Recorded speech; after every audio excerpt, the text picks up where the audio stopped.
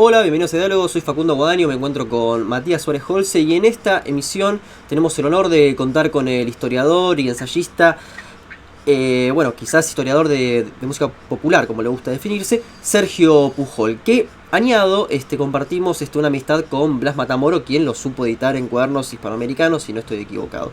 ¿Qué tal, Sergio? ¿Cómo estás? ¿Qué tal, Facundo? ¿Qué tal, Matías? Gracias por la presentación. No, no estás equivocado. Bueno, amigo Matamoro es como mucho para mí, ¿no? Pero sí tengo una relación eh, de afecto con él. Recuerdo cuando allá por el año 1989, yo era muy joven y acababa de publicar mi primer libro, Las canciones del inmigrante. Hice un viaje a Madrid y fui a visitarlo, mejor dicho, fui a llevarle un ejemplar de mi primer libro, Las canciones del inmigrante, y me recibió muy amablemente y al poco tiempo hizo un comentario, una devolución muy linda, y a partir de ahí sí, efectivamente, me publicó varias notas, algunas de las cuales fueron de alguna manera la semilla de proyectos posteriores, de libros, ¿no? Por ejemplo, salió una nota ya por el año 2000, 2001 de Oscar Alemán y algunos años más tarde escribí la biografía de Oscar Alemán. Así que le estoy muy agradecido y siento una gran admiración intelectual por él, por Es supuesto. una gran persona y un gran intelectual, Matamoro. No sé, Un erudito en la música, en la historia y en la literatura, sin ninguna duda, ¿no? Y además emergente de una generación muy creativa de intelectuales, ¿no? La generación de Viñas, de Sebrelli, etcétera. si estuvo Sebrelli en este programa.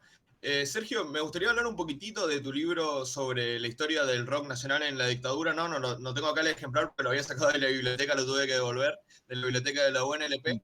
Pero es un libro muy interesante, tienes muchos temas para tocar. Y me gustaría empezar con una reflexión, ¿no? Quizás es un poco un tema muy nostálgico, pero la influencia que tenían las revistas, ¿no? Para este momento de la cultura, para lo que fue el rock en los 70 y posteriores, las revistas Material, el trabajo de Enrique Sims, de la revista Cerdos y Peces, y charlar un poco sobre la desaparición de este formato. Hoy en día, casi la única revista que se puede decir que se sigue leyendo sobre rock es la Rolling Stone, y casi nadie la compra, es decir, todos la leen por internet. Me gustaría reflexionar un poco sobre este material que se está extinguiendo y, bueno, cómo es la cobertura de la música, de la cultura, ¿no? Con los medios actuales. Bueno, es una pregunta compleja, larga, ¿no? Voy a empezar por el tema del rock y la dictadura y las revistas, ¿no? Cerdos y Peces en realidad corresponde a lo que se llamó la primavera alfonsinista, ¿no? Esa larga transición, ahora es un tema que está un poco en la agenda por la película argentina 1985, ¿no? Y Cerdos y Peces, de alguna manera, representó el destape cultural argentino, eso que había sucedido en España varios años antes, después de la muerte de Franco, ¿no? Pero antes estuvo Expreso Imaginario, la revista fundada por Jorge Pistocchi, que esperábamos ansiosamente mes tras mes, y era... En el libro se le dedica un montón de espacio Sí, a esa revista. sí, efectivamente, hay un trabajo muy bueno además de Martín Graciano y Sebastián Benedetti, que fue tesis en la Facultad de Periodismo de La Plata, sobre esa revista. Sí, fue una revista clave porque era prácticamente nuestra única conexión con la cultura rock en un momento de fuerte hostigamiento de la juventud. Siempre se dice que, bueno, se ha dicho, digamos, un poco ligeramente que el rock no tuvo un rol activo en la resistencia contra la dictadura en comparación con otras expresiones culturales y políticas, ¿no? Yo no estoy muy de acuerdo con esta idea, creo que el rock lo que en todo caso hizo modestamente, hay que tener en cuenta desde una perspectiva histórica de qué estamos hablando cuando hablamos de cultura rock en 1976 o 1977, estamos hablando de un campo cultural muy pequeño, muy reducido, desdeñado y en muchos casos ignorado por el gran campo cultural, ¿no? Por ejemplo, una revista tan importante durante la dictadura para todos nosotros como fue Punto de Vista no dedicó una sola nota al fenómeno del rock en Argentina. La revista Crisis, una revista anterior, dedicó solamente una nota, que fue una entrevista que le hizo Carlos Ulanowski a Luis Alberto Spinetta allá por 1973, 1974, no recuerdo exactamente la fecha. Quiero decir, el rock estaba un poco en el limbo, ¿no? Es decir, estaba, bueno, se estaba conformando además como un espacio dentro de la producción musical argentina, ¿no?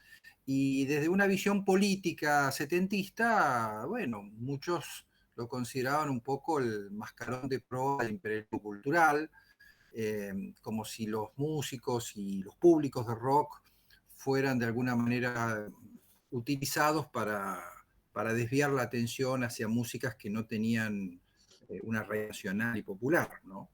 Pero todo esto en realidad se revirtió durante la dictadura, justamente, ¿no? Cuando el folclore más comprometido, aquel que venía de nuevo cancionero, fue perseguido sistemáticamente. Recordemos un solo caso, el largo exilio, el doloroso exilio de Mercedes Sosa, ¿no?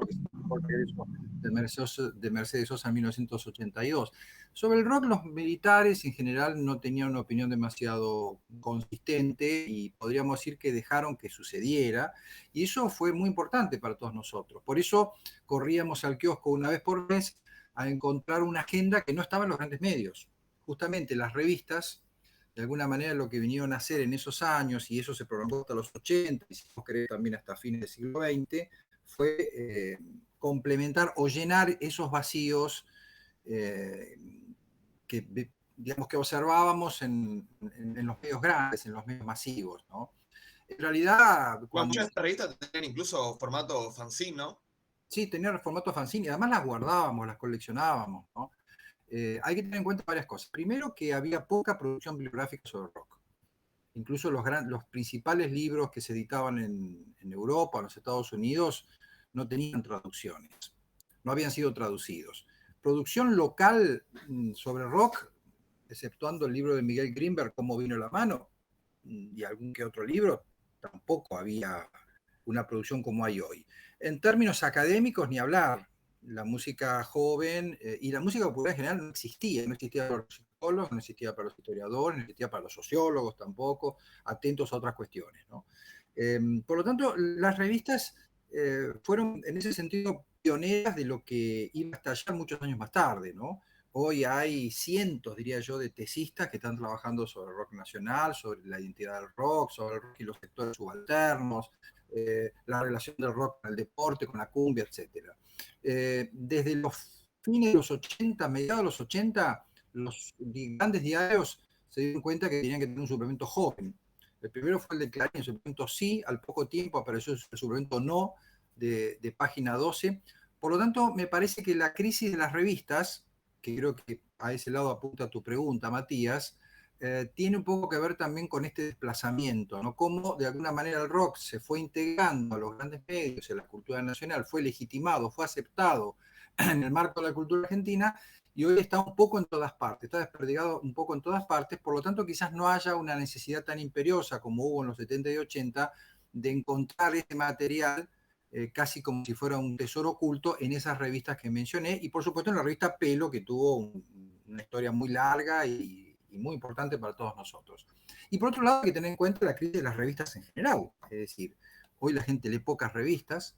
Yo hasta hace 10, 15 años, uno de mis hobbies favoritos era detenerme frente a un kiosco de revistas y empezar a mirar un poco de acá, un poco de allá. A veces como excusa compraba el diario para relojear las revistas, ¿no? O entrábamos a un consultorio médico y nos abalanzábamos con las revistas, aunque generalmente no eran demasiado interesantes, ¿no? Ha desaparecido eso. De todas maneras, creo que sí hay periodismo musical. En realidad hay más periodismo musical hoy que hace 20 o 30 años, ¿no? Claro, el formato de video de YouTube. El formato ha cambiado, sí, efectivamente. Están los podcasts, están los blogs, las revistas virtuales y Rolling Stone, que prácticamente hoy es la única, ¿no? Una revista que, si bien yo sigo leyendo y suele traer material interesante, se comercializó mucho en los últimos años, ¿no? Apunta a un target un poco más teen, si se quiere, ¿no? Pero aún sigue siendo una revista bastante valiosa, ¿no? Más allá de eso. Sergio, bueno, hiciste una introducción muy interesante comentando un poco de la historia del rock nacional. Me gustaría hacer una pregunta, esto más allá del libro. ¿Qué te pareció la serie esta Rompan Todo, ¿no? Que produjo Santolaya sobre la historia del rock? Esta es una pregunta así suelta para que des tu opinión sincera. Se armó un gran escándalo. No, mi opinión sincera, que la di en su momento en las redes, a mí me parece que es un trabajo muy interesante, es la visión de Santolaya, las omisiones o las ausencias, más que las omisiones, las ausencias que hay en la narrativa referidas al rock argentino, bueno, nosotros las detectamos porque somos telespectadores argentinos. Seguramente el telespectador colombiano, el chileno, el mexicano eh, pudo decir lo mismo respecto a sus respectivas escenas musicales, ¿no? A mí me parece que es un trabajo interesante, es el primer trabajo, es un trabajo que apunta más a lo iberoamericano o a lo latinoamericano. Y si bien es verdad que Santolaya se pone en esa narrativa en un lugar central, ¿no? Es un poco el gran protagonista, no es Sí, a menos mí cierto. eso justamente por momentos era medio tedioso. Lo que pasa es que es un poco el articulador de todas esas escenas. Y si hoy hablamos de un rock latinoamericano y si conectamos lo que pasa en Chile con lo que pasa en México, con lo que pasa en Buenos Aires o en Uruguay, Uruguay, dicho sea de paso, creo que no está, es una de las omisiones importantes, o hay alguna referencia muy de soslayo, el nombre de Santolaya es prácticamente Ineludible. insoslayable, ineludible, ¿no? Me parece que es un trabajo interesante. Yo lo vi con bastante interés. Después podemos construir esa narrativa y a partir de ahora podemos ofrecer, o los productores o la gente que está metida en los medios, puede ofrecer otros productos, digamos, alternativos a eso, ¿no? Me parece que fue un puntapié inicial y las discusiones que generó también fueron bastante interesantes, ¿no? Más Bueno, allá de la cuestión egocéntrica de Santolaya. en ese sentido, ¿no? Si vemos tu trabajo sobre el rock en la dictadura o también 100 años de música en Argentina, parece que el término semántico rock parece no incluir al heavy metal, es decir, una resistencia que, por ejemplo, de B8 fue clara ante lo que se llamaba hippies, que por supuesto lo que estaban haciendo era de alguna manera darle un aval a la dictadura militar. Por ejemplo, cuando Porcheto lanzaba flores, etcétera. Entonces, ¿dónde ingresaría el heavy metal en este sentido? Bueno, la omisión al heavy metal en rock y dictadura yo la tomo como una crítica y la acepto como tal, ¿no? Efectivamente, quizás eso tuvo que ver con el tipo de consumo musical que yo practicaba cuando era adolescente. Yo no frecuenté mucha escena. Igual hay que decir que, bueno, que Papo ocupa un lugar bastante importante a lo largo del libro y lo mismo en canciones argentinas, ¿no? Aparece un poco como representante, en cierto modo, de esa vertiente. Lo que pasa es que durante la dictadura, si bien, por supuesto, la B8, la figura de Iorio, no puedo negar su importancia, todavía no estaba totalmente conformado ese campo. O sea, hablábamos de rock pesado, hablábamos del metal, era algo relativamente nuevo. Era algo relativamente nuevo. Y por otro lado, es verdad también que Porcheto y otros músicos tenían más visibilidad, eran más accesibles en ese sentido. Se presentaban en el programa de Juan Alberto Abadía en televisión, solían ser difundidos por radio, mientras que el fenómeno, tanto el fenómeno del punk, que también es un fenómeno emergente, al que también le dedico espacio en Rock y Dictadura, como la escena metálica, me parece que se van a desarrollar mucho más a partir de los años 80. Y yo no he trabajado específicamente rock y democracia. Quizás más adelante, ¿por qué no? Sería un poco la continuación de Rock y Dictadura. En realidad, lo que a mí más me ha interesado como historiador respecto a la cultura rock, que no es el único eje que yo he investigado, quiero aclararlo, va desde mediados de los años 60 hasta 1976. La primera parte, digamos, los años formativos del rock en un contexto de modernización cultural, como fueron los años 60 en Buenos Aires, sobre todo, creo que quedaron bastante analizados o expuestos en La década rebelde, que fue el primer libro que yo produje en esa línea de trabajo, ¿no? Después vino Rock y Dictadura, del 76 al 83, donde ahí de alguna manera se entremezcla el bisturí del historiador con la memoria emotiva de quien fue adolescente y joven en esos años, ¿no? Por eso que esa agenda que vos bien señalás es incompleta, tiene un poco que ver también con una mirada subjetiva. Claro, Y uno escribe sobre lo que le gusta también, en cierto sentido. Y en cierto sentido, sí, sí, sí. No, no, pero reconozco, digamos, acepto esa observación y creo que, bueno, que hubiera merecido por lo menos eh, algunos párrafos más. Pero lo que quiero decir es que me había quedado en el medio de los años 70, ¿no? Y los años 70, en realidad, en términos cronológicos, en términos históricos, son tan de la época de la militancia como de la época de la dictadura. El golpe se produjo en el 76, hay una derechización del gobierno peronista después de la muerte de Perón, sobre todo después de junio del 74. Ahí tenemos como una especie de huevo de la serpiente de lo que va a ser la dictadura genocida del 76 al 83. Y sin embargo, cuando decimos los 70, pensamos más en la recuperación democrática del 73, las organizaciones armadas, la revolución, las expectativas de cambio, de transformación, que la vemos en todas partes, porque si uno revisa la plataforma electoral del Partido Radical en 1973, parece el Partido Obrero, si la vemos hoy realmente, ¿no? Se habla de nacionalización de empresas, se habla de confiscación de grandes de propiedades de los terratenientes argentinos. Es decir, es realmente, bueno, se habla por supuesto de un enfrentamiento con el Fondo Monetario, de no pagar deuda externa, etcétera, ¿no?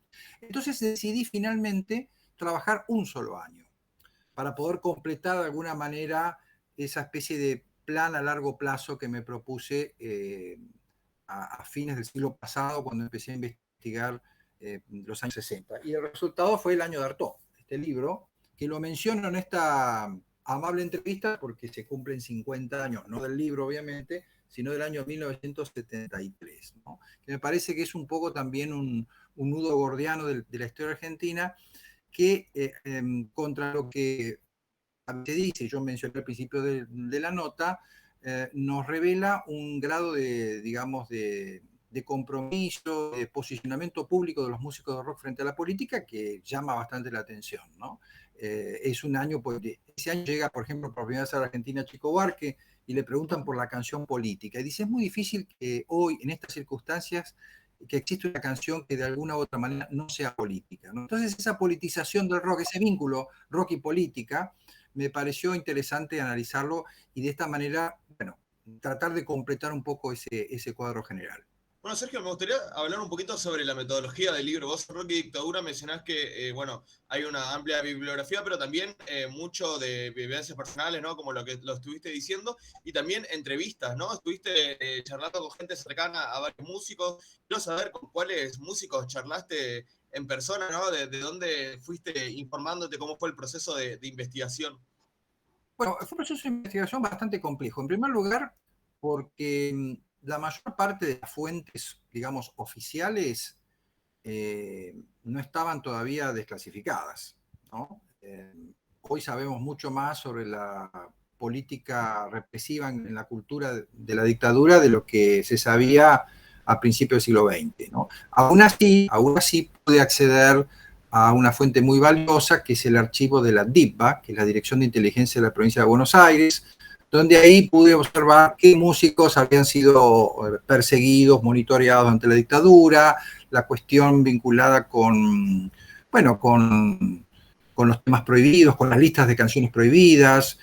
Hay un material muy interesante también hecho por parte de la inteligencia de la Provincia de Buenos Aires respecto al concierto de regreso de Almendra en 1980, ¿no? Incluso los intentos del Ministerio del Interior de desalentar la organización de ese concierto, que oficialmente se hizo. Pero de cualquier manera fue un acceso ¿Y sobre Billy Bond en el Luna Park? ¿No hay nada en esos archivos? Sí, hay algo. Yo estaba trabajando en el periodo de la dictadura, en realidad, ¿no? Eso es anterior, eso es de 1972. Sí, seguramente, sí. No, es un archivo monstruoso, en el sentido de sus dimensiones y, digamos, del nivel de detalle que hay en distintas actividades, no solamente en el campo específicamente político, ni hablar de lo que eran los infiltrados en las comisiones internas de la fábrica, etcétera. Ahí hay muchísimo material, pero también hay algo de material en el campo cultural. Y por supuesto, bueno, toda la información que teníamos sobre la política del CONFER, que era el organismo que regulaba la difusión en radio y en televisión, en los medios audiovisuales. Luego las entrevistas, efectivamente, las entrevistas fue un material fundamental. Por ejemplo, recién mencionaba a León Gieco, ¿no? Con León Gieco. Sí, hay muchos datos de León Gieco que son como muy íntimos. Ahí se nota que hubo una inteligencia, pero de tu parte, ¿no? Sí, en el buen sentido de la palabra, digamos, inteligencia, ¿no?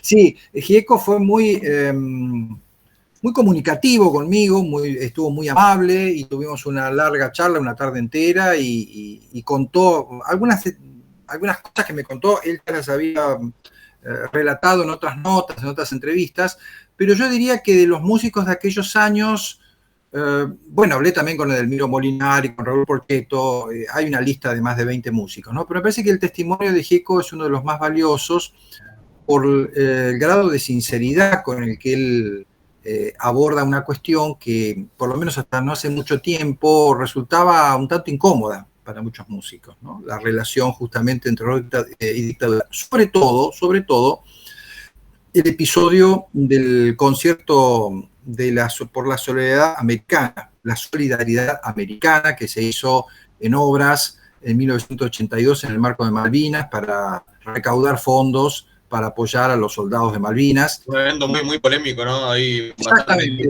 sí, un evento bastante polémico a posteriori, sobre todo en el que participó gran parte del elenco de figuras de rock, con la excepción de Virus, ¿no? Los hermanos Mouras tenían un hermano mayor, Jorge. Virus y Violadores, ¿no? Eran como dos bandas. Parecido, Violadores tampoco estuvieron Los Redondos, pero Los Redondos todavía no tenían mucha visibilidad en 1982, ¿no? Ya habían desembarcado en Buenos Aires, pero todavía no habían grabado su primer LP.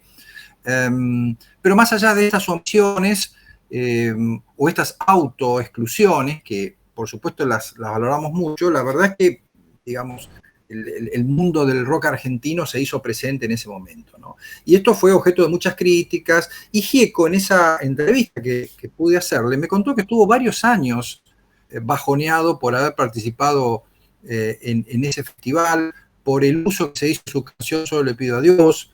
Ese malestar lo podemos verificar en la discontinuidad discográfica de Gieco en esos años, cómo empezaron a menguar un poco sus presentaciones, y recién a mediados de los 80 pudo de alguna manera reponerse y seguir en carrera. Me parece un testimonio muy interesante porque, de alguna manera, si bien el rock argentino no cumplió, digamos, un papel activo, tampoco es razonable pedírselo a un género musical, porque en realidad el género musical no es un partido político orgánico en el que todos sus integrantes toman decisiones conjuntas y se someten a elecciones democráticas. Cada individuo, cada integrante digamos, del repertorio rockero seguramente toma un posicionamiento determinado. Lo que yo básicamente, en síntesis, planteo en Rock y Dictadura es que el rock ofreció un modelo de vida alternativo a los jóvenes. En un momento de fuerte intento de cooptación de la juventud, en el que había una fuerte represión en el sistema educativo, donde estaban cerrados los canales de comunicación cultural, donde no había ninguna posibilidad de militancia en ningún plano, ni siquiera en los centros estudiantiles, el rock de alguna manera, con su volumen, con sus letras, con la aspereza, con su actitud, digamos, intransigente en términos artísticos, esta cosa de que había que hacer algo un poco a contrapelo del mercado, que los géneros populares se habían corrompido, que estaban comercializados, toda una ética artística que tenía un sentido político en el contexto de la dictadura. Más allá de las acciones individuales, porque también es verdad, como muchas veces lo dijeron algunos periodistas amigos, como Claudio Kleiman o Alfredo Rosso, Expreso Imaginario no era un medio under exactamente. Uno iba al kiosco, como comenté al principio de la nota, compraba la revista se distribuía. Entonces, esta situación un poco anfibia que tenía el rock, por momentos sumergirse, por momentos salir a la superficie, es lo que le permitió sobrevivir a la dictadura y al mismo tiempo es lo que le permitió conservar cierta llama de rebelión que había sido mucho más fuerte e intensa en los años 60 y sobre todo en la primera mitad de los años 70. Bueno, hay un personaje muy fundamental en la historia del rock que me gustaría tocar en su aspecto, en su relación, ¿no? con su época, ¿no? Que es Luis Alberto Spinetta. A mí me llamó mucho la atención en el libro cuando mencionabas que, no quiero sonar exagerado con mis palabras, pero que Spinetta no había visto con tan malos ojos, es decir, en el contexto y con toda la situación, ¿no? De lo que fue el gobierno israelita, el golpe de Videla. No quiero decir que apoyó a la dictadura, porque eso sería un poco exagerado, pero sí que tenía otra visión, una visión no tan negativa, ¿no? Una visión un poco más ingenua, se puede decir. Y bueno, después Facundo va a comentar también otros vaivenes políticos de Spinetta, y es como una figura muy interesante, además de un artista muy interesante, una figura muy interesante para analizar también su tiempo, ¿no? Sí, en realidad para ser francos, en marzo del 76 fue mucha la gente que sintió cierto alivio al principio, porque, claro, se había creado una imagen de desgobierno. No olvidemos la figura nefasta de López Rega entre el 74 y el 76. Claro que la desaparición de personas ya estaba en pleno acto. Totalmente, sí, sí. Incluso de alguna manera la AAA fue una especie de ensayo general de lo que va a ser ya el terrorismo de Estado, ¿no? Entonces ya había señales de terrorismo de Estado antes del 76. Esa es una etapa muy compleja, muy difícil, que aún amerita una investigación objetiva y en profundidad. Entonces, las reacciones en un determinado momento, como la que desde Francia expresó Atahualpa Yupanqui, nadie puede dudar de las simpatías de izquierda de Yupanqui, y la de muchos otros, hay que verlas en ese contexto y hay que verlas, digamos, en términos micro, ¿no? ¿Cuánto puede haber durado esa sensación de alivio? Muy poco, muy poco. Salvo para aquellos que ya venían con una militancia política, no era el caso de Spinetta, que ya venían militando políticamente y de alguna manera vislumbraron lo que se venía con el golpe del 76. Por ejemplo, la familia de los Vitale, MIA, ¿no es cierto? El grupo MIA, Músicos Independientes Asociados, de los que surgieron Liliana y Lito Vitale, entre muchos otros, donde ahí sí había, a través de Don Vitale, el padre, que había trabajado en el campo sindical y que tenía una formación política, quienes de alguna manera se dieron cuenta que se estaba conformando ahí entre Martínez de Hoz, Videla, un determinado plan económico, la vinculación con el Fondo Monetario, el visto bueno de Washington, pero no eran todos, o no estaban todos, digamos, preparados para entender esa coyuntura de una manera tan lúcida. Por lo tanto, como bien hiciste la aclaración vos, sería injusto y desmedido hacerle esa crítica a Spinetta. De todas maneras, hay que decir que la obra de Spinetta, que me parece la más importante en el rock argentino, junto a la de Charly García, es una obra donde lo político no aparece de modo inmediato, no aparece de manera tan clara. Compromiso, en términos generales, bueno, Maribel se durmió, es una canción sobre los desaparecidos, sobre las víctimas de la desaparición y la madre de Plaza de Mayo.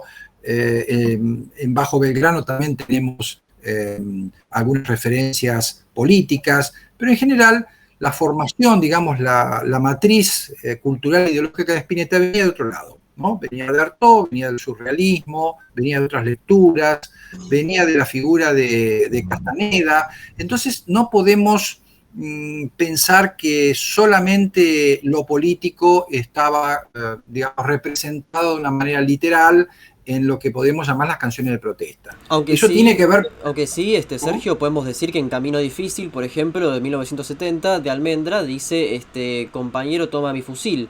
Sí. O sea, básicamente... Ese es Emilio del Guercio, ojo, ese es Emilio del Guercio, ¿no? El que plantea esa letra, por supuesto con el aval de todos. Claro, y bueno, justamente, claro. Por eso yo dije anteriormente que para poder entender la relación rock y dictadura, o mejor dicho, rock y política, tenemos que ir a lo micro. Tenemos que ir a lo micro. No es lo mismo el 73 que el 78, el 79 o el 82 o el 76, ¿no es cierto?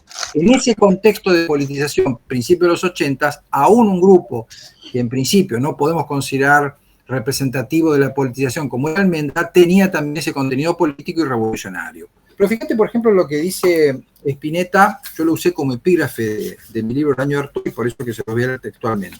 Esto se lo dice a Miguel Grimberg el 24 de octubre de 1973. Dice, Artaud fue un revolucionario y uno de los primeros poetas que comenzó a hablar de cosas que nosotros estamos viviendo ahora. Es decir, él trae al presente, a su presente, a un poeta maldito, dramaturgo, ensayista, que había formado parte del movimiento surrealista y que en un momento determinado había roto con Breton y el grupo, digamos, oficial del surrealismo, justamente por diferencias políticas. Entonces, pensar en términos políticos Artaud en el contexto de 1976 me parece que, a menos de ser un gesto cultural sumamente interesante, me parece que también es una manera de involucrarse en el clima político de la época, desde un lugar diferente, claramente. El rock siempre, las veces que el rock se involucró en la política, lo hizo desde un lugar propio, desde un lugar diferente.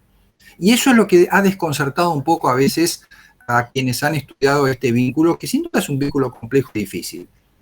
Ahora, hay una serie de libros tuyos sobre jazz que realmente son inabarcables, pero a mí me gustaría detenerme, más allá de que sacaste un libro sobre el gato Barbieri del que vamos a hablar, más allá de eso, hay una figura que es la de Oscar Alemán, ahí está el libro del gato Barbieri, lo estaba mostrando Sergio, la figura de Oscar Alemán, ¿no? Que incluso vos participaste de el documental sobre Oscar Alemán, que es una figura que, por ejemplo, yo relaciono mucho con Gatica, si vemos el término de Leonardo Fabio. Un tipo, bueno, muy vicioso, pero al mismo tiempo muy talentoso, y que termina en la peor de las desgracias. ¿Cómo podrías resumir esta vida tan conflictiva y cómo, y si sigue teniendo relevancia, de alguna manera, en la música popular?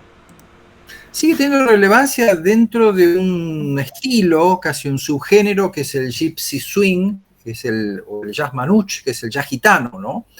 Esto tiene que ver con la conexión de Oscar Alemán con el gran guitarrista gitano Django Reinhardt en los años 30, cuando Oscar, bueno, se mudó, digamos, a Francia en 1930, se fue con una compañía de variedades y se quedó casi toda la década en realidad, se quedó hasta 1940. Y ahí trabó amistad con la gente del Hot Club de Francia y particularmente con este genial guitarrista, y fue uno de los que importó este estilo a la Argentina, un estilo que no se conocía hasta ese momento. Por eso la vigencia de él, yo de alguna manera la restringiría a, digamos, a la música que hoy hacen Ricardo Pelican, bueno, hizo en su momento Walter Malosetti y muchos músicos más, realmente.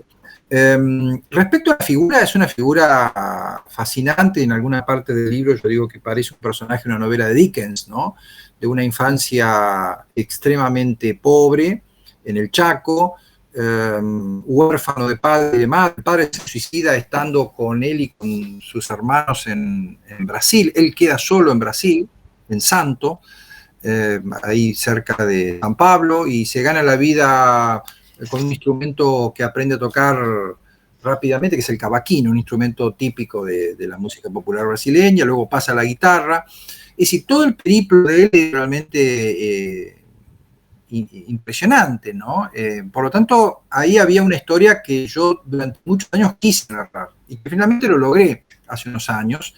Es una figura, igual que Gato Barbieri, una figura que venía dándome vueltas en la cabeza hasta que encontré el momento y, bueno, y el impulso para ponerme a investigar, ¿no? Una investigación muy compleja porque vivió durante esos 10 años de acá para allá en Europa haciendo giras. Fue el guitarrista y director artístico de la orquesta de la gran vedette negra Josephine Baker, y cuando volvió a Argentina no lo conocía absolutamente nadie. Cuando volvió a Argentina en medio de la Segunda Guerra Mundial, acababa de estallar la Segunda Guerra Mundial, él vivía en París, y después de sufrir un episodio de violencia con unos agentes de la Gestapo en la calle de París, decide regresar a la Argentina, y la verdad es que no había vivido tanto tiempo en la Argentina, vivió una temporada, unos años, más que una temporada en Brasil siendo niño. Por lo tanto, tiene que hacerse un poco de nuevo y rápidamente se posiciona como una de las grandes figuras populares de la cultura argentina. La comparación con Gatica, sí, me parece una comparación en algún punto simpática o pertinente, pero también la podemos hacer con los grandes músicos de tango, ¿no? Fue el único músico de jazz argentino o del jazz que se tocaba en Argentina que llegó a tener un cachet y un cartel tan importantes como los que podían tener Aníbal Troilo, Osvaldo Fresedo, Pugliese, los grandes directores de tango, ¿no?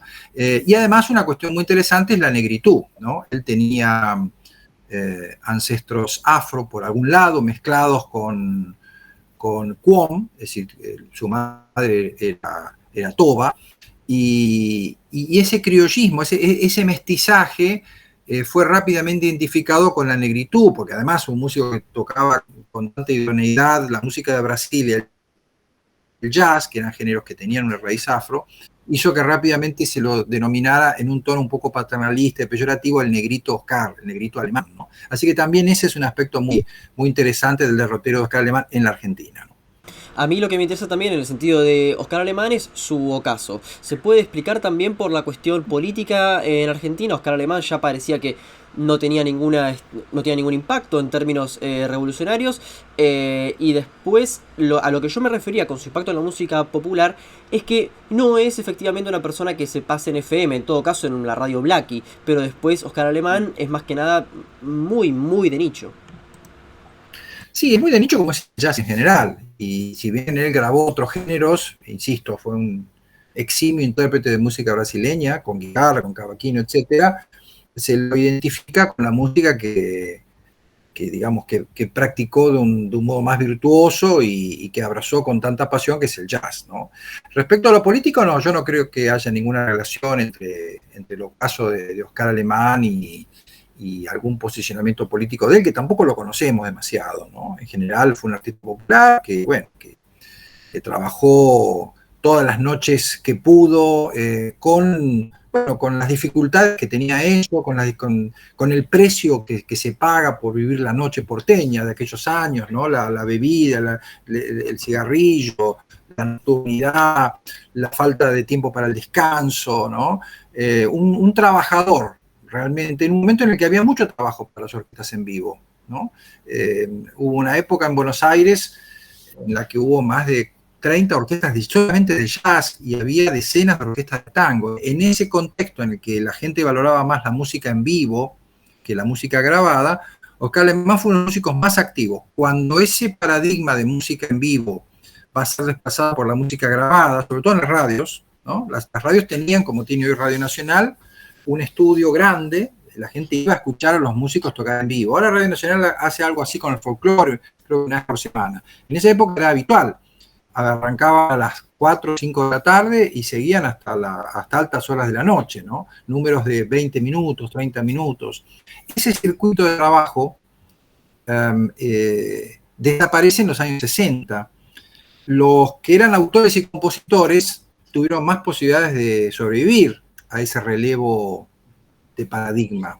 Los intérpretes, y además un intérprete de jazz, las posibilidades fueron menores. Por eso que terminó bastante olvidado, dando clases en su departamento, clases particulares de guitarra, en su departamento en la calle Maipú, curiosamente frente al Teatro Casino, que ya no está, donde él había debutado siendo niño con su padre a principios de los años 20, ¿no? De cualquier manera, fue un ocaso que no duró el resto de su vida, porque en 1968 visitó la Argentina por primera vez el gran director de jazz Duke Ellington, que lo había conocido Oscar en Francia, cuando Oscar tocaba con Josephine Baker, y preguntó por él, ¿no? Y gracias a un querido y recordado difusor del jazz en la Argentina, Nan Herrera, Oscar pudo reencontrarse con Duke Ellington, y parece ser que a partir de ese reencuentro, muchos amigos, periodistas, amantes del jazz, lo convencieron de que tenía que volver. Y volvió con todo, incluso grabó 3 LPs, se presentó en varios clubes igual de Buenos Aires.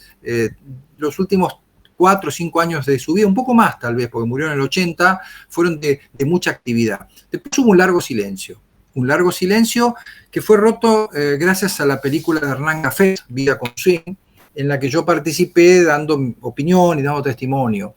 Es curioso porque cuando Hernán estaba haciendo la película, se contactó conmigo. Yo ya había publicado Jazz al Sur, una historia de jazz en Argentina, para que le brindara el material que yo tenía, ¿no? Que colaborara un poco, digamos, en la preproducción. La película fue muy buena, y muchos años después, cuando yo me decidí a escribir La Biografía de Oscar Alemán, lo llamé a Hernán para que me facilitara ese material de la preproducción con la que había hecho la película. Así que, como verán, somos unos cuantos los amantes, los fans de Oscar Alemán en la Argentina.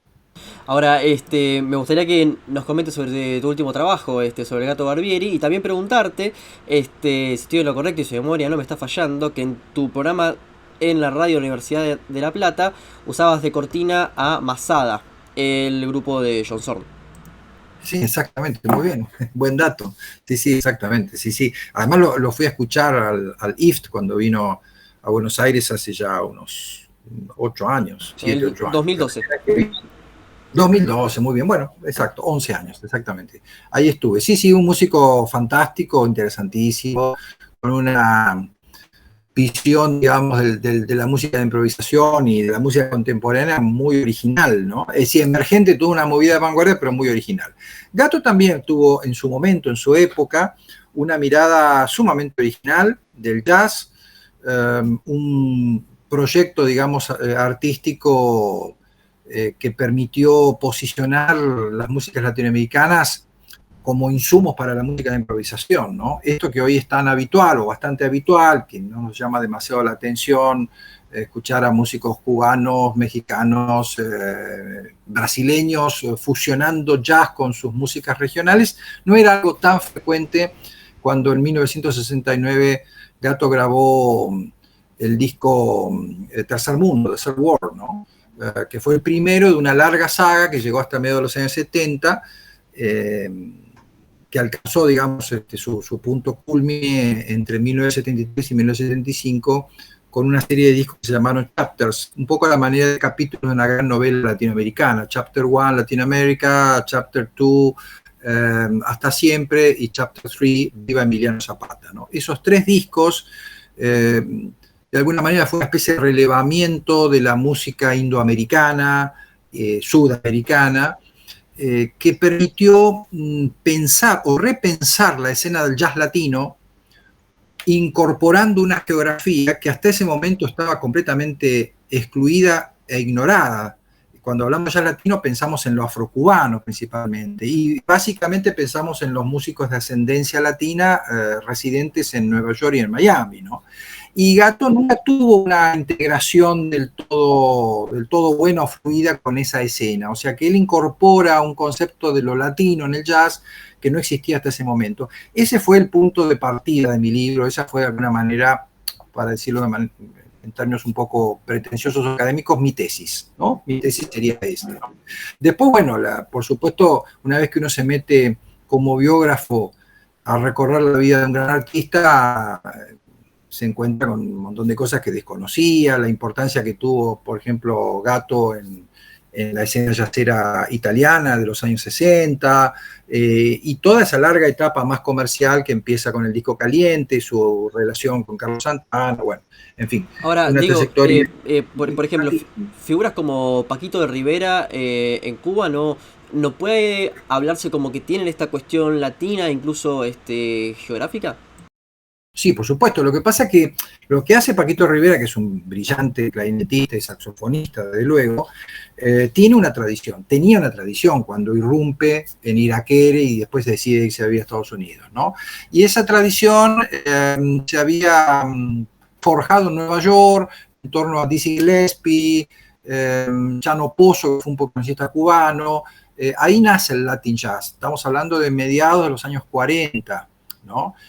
Ahora, todo lo que estaba fuera del Caribe, digamos, ¿no? La música andina, sudamericana, o incluso la música de Brasil, no formaba parte de esa escena. Entonces, lo que yo digo es que al Latin Jazz que existía previamente al giro tercermundista de Gato Barbieri, lo que hace Barbieri es incorporar otra geografía, incorporar otros ritmos, otras formas, otros instrumentos. Por ejemplo, cuando él hace una gira por Estados Unidos con Domingo Cura, el gran percusionista argentino, y Antonio Pantoja con todo un despliegue de instrumentos aerófonos, instrumentos de percusión, y Aldo Monjes tocando el arpa paraguaya. Esos instrumentos no existían en el imaginario americano y se acercan a ver esos instrumentos con la curiosidad que podemos tener nosotros por instrumentos africanos o asiáticos, ¿no?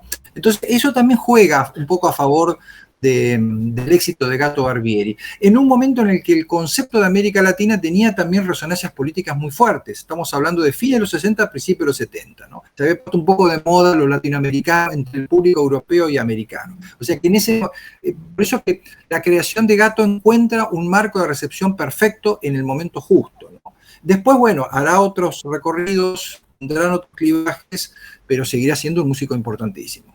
Ahora, creo que vale la pena mencionar esto para que no se quede en el olvido. Valentino. ¿Por qué hacer un libro sobre Valentino? Que eso sí, es totalmente de nicho. Desde el 94 el libro. Es comentado por Blas Matamoro. Fue reeditado.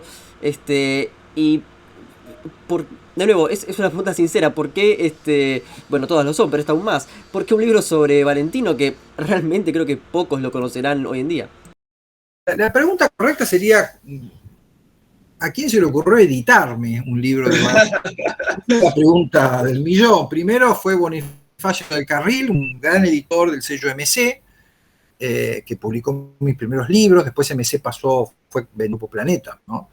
Y por supuesto, después del fracaso de la primera edición de Valentino, yo desistí de reeditarlo. Hasta que apareció Leandro Donoso, el editor del Gourmet Musical, que había leído el libro, le había gustado mucho, estaba muy enganchado con ese libro y lo quiso reeditar. Yo le advertí, mirá, este es un libro, como decís vos, de nicho, es un libro bastante extraño. Quizás no el tema, ¿no? Me parece que lo que puede generar algún desconcierto o confusión es el título. En principio hay que decir que Valentino nunca estuvo en Buenos Aires. Lo que estuvieron en Buenos Aires son las películas de Valentino, lo que estuvo en Buenos Aires fue el jazz, la radiofonía, es decir, esa conexión de Buenos Aires con la cultura estadounidense. Una ciudad, Buenos Aires, que siempre miró a Europa más que a Estados Unidos y que en los 20 empieza a mirar con un ojo a Europa, con otro ojo a Estados Unidos, y además se encuentra que en Europa hay muchas cosas de la cultura yanqui que ya han llegado, que ya han desembarcado, ¿no? Entonces, siempre me generó una gran fascinación los años locos en Estados Unidos, en Nueva York sobre todo, los años locos en París, en Berlín, en Barcelona, en Viena, los años locos también en Buenos Aires, ¿no? Esos años locos en los que uno iba a un cabaret del Bajo y, según me contó alguna vez Enrique Cadícamo, disfrutaba de los champán más caros del mundo y había más lujo aún que en los cabarets de París, ¿no? Entonces, bueno, esa época me resultaba muy fascinante.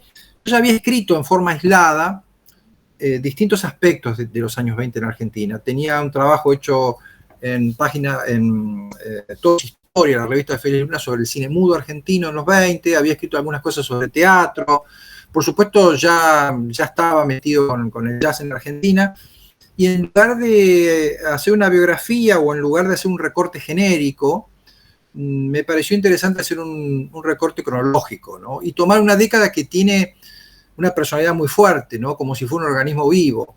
Creo que en el siglo XX hay dos décadas que cumplen un poco ese requisito, que son los 20 y los 60. Que además son décadas que tienen algunos puntos en común, el protagonismo de los jóvenes, la idea, digamos, de que hay un horizonte de modernización por delante, la aparición de nuevos géneros, en un caso el jazz, en otro caso la cultura rock. Bueno, eso terminó siendo este libro bastante curioso, que yo quiero mucho. Yo quedé muy conforme con el libro, sobre todo con la segunda edición, donde hay un pequeño trabajo de reescritura, pero que, bueno, lamentablemente no fue acompañado por el éxito comercial. Ahora, bueno, por mi parte... Te agradezco, Facundo, que lo recuerdes y que lo muestres aquí. Sí, Sergio, se nota que sos un profundo erudito de la música y me gustaría que nos recomiendes autores, libros para la gente que se quedó interesada en lo que es la historia de la música, incluido nosotros, ¿no? ¿Qué historiador puede ser de acá, de Argentina o de otro país? De Argentina puedo recomendar los libros de Norberto Cambiaso, que trabaja sobre el rock progresivo, lo que llamábamos la música progresiva en los años 70. Tiene un libro magnífico que se llama Vendiendo Inglaterra por una libra, que es el título de un famoso disco de Genesis. Ese es un trabajo muy interesante realmente. Luego, bueno, los libros de Mariano del Mazo, de Martín Graciano, los libros de Martín Lut, no quiero olvidarme de ninguno, pero hay un trabajo muy bueno de, Abel Gilbert, creo que es un excelente ensayista sobre música, es uno de los mejores, sin duda, ¿no? Tiene un libro que se llama Satisfaction en la ESMA, ¿no? Que de alguna manera retoma lo que yo planteo en Rock y Dictadura, pero de una manera más analítica, ampliando también el concepto musical, yendo más a la cuestión del sonido. Los estudios sobre sonido es toda una línea que hay hoy en el campo de la musicología. Ya no los discursos musicales solamente, sino también los entornos sonoros, que son muy reveladores, como pasa con el campo visual, ¿no? Son muy reveladores del pasado. En una época se escribía historia solamente con documentos escritos, hoy se escribe historia con otro tipo de documento también. Dice acá que termina en 10 minutos. Me gustaría hacer una última pregunta, que sería la siguiente. Yo creo que hay como una especie de ocaso de los ídolos. Si uno ve en los 90 uno podía ver Los Redondos, Cerati, Iorio, lo mismo en los 2000, incluso con Charlie, con Fito. Bueno, muchas de esas personas han muerto o se encuentran en una vejez que les impide dar la frescura que tenían antes, al mismo tiempo la gira e incluso una renovación. Es decir, no veo esa renovación y creo que puede ser por un tema de modas o comercial o lo que la situación política exija. No sé si coincidís. Deterioro cognitivo ya de. En el caso de Iorio, bueno, claramente una cuestión cognitiva. En el caso de Charly García, también. Y, entonces, política, diría yo también. Y política también, claro. Están relacionados. En el caso de Iorio están bastante relacionados. Entonces, ¿coincidís con esta visión y en todo caso? Sí, me parece que sí, eso es una buena observación. Creo que más allá de casos individuales, como los que mencionaste, y muchos otros, lo que quizás está en crisis es la figura de la estrella musical, digamos, cómo se construyen hoy los estrellatos en el campo de la cultura popular, ¿no? En una época los estrellatos eran fundamentales para el funcionamiento de toda la maquinaria. Volvemos un poco a Valentino en Buenos Aires, ¿no? Rodolfo Valentino. El fenómeno de Hollywood es un fenómeno de estrellas, astros y estrellas, ¿no? Luego venía el argumento, luego venía la historia, luego venía el director no ocupaba el lugar central que va a ocupar años más tarde, ¿no? Si bien ya había, por supuesto, grandes directores, pero se pensaba, digamos, el fenómeno del cine como manifestación popular a partir del estrellato, ¿no?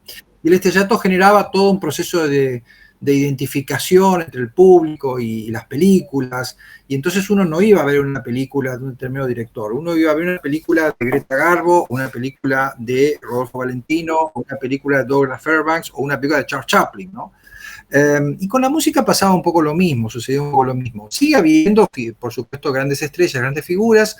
Curiosamente, muchas de las grandes estrellas y figuras se forjaron muchos años atrás. Digamos, Mick Jagger sigue siendo una gran figura y está cerca de los 80 años de edad, ¿no? Entonces, este es un dato, más allá de los méritos de Jagger por seguir digamos, en los primeros planos, habla también de una dificultad para la renovación de figuras, ¿no? La música se produce y se consume de un modo diferente, ya no hay quizás una necesidad de identificarse con determinados ídolos en el campo de la música. Las cosas son mucho más efímeras, son mucho más líquidas, diría Simon Bauman, y la música no está ajena a eso, y los soportes también, evidentemente, y digamos, los medios a través de los cuales escuchamos músicas también han cambiado bastante, ¿no? Antes comprábamos los discos de determinado artista y teníamos el objeto con la foto, muchas veces el rostro de nuestro ídolo musical, y coleccionábamos esos discos. Hoy las playlists también nos llevan de un lado a otro, nos llevan un poco de las narices, ¿no es cierto? Una vez que nos han casado el perfil de consumidores, y entonces evidentemente nuestra relación con la música se ha despersonalizado bastante, ¿no? Se ha despersonalizado bastante.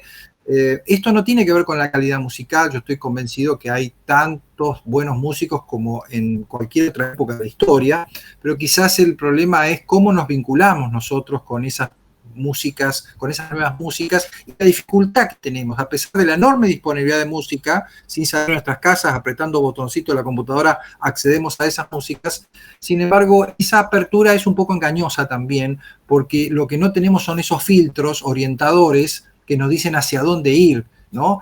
¿Dónde está la música desconocida que puede brindarnos una enorme satisfacción? Y que muchas veces queda en el camino, muchas veces desviamos nuestra atención con el multitasking yendo de acá para allá, y hemos perdido también, digamos, el tiempo necesario para una escucha mucho más inmersiva, mucho más profunda, ¿no? La escucha se ha vuelto mucho más superficial. Entonces, posiblemente ya no necesitamos de esos grandes referentes que eran los intérpretes y compositores de otra época. No, muchísimas gracias, Sergio, por esa reflexión. La verdad que fue un hermoso cierre.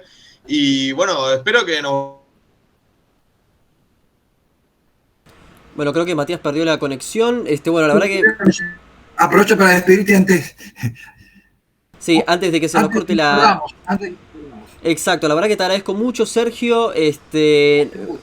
nos quedamos con muy poco tiempo. Sos realmente un referente para nosotros. Espero que la hayas pasado muy bien. Bueno, soy Facundo Guadaño, Matías se quedó sin conexión.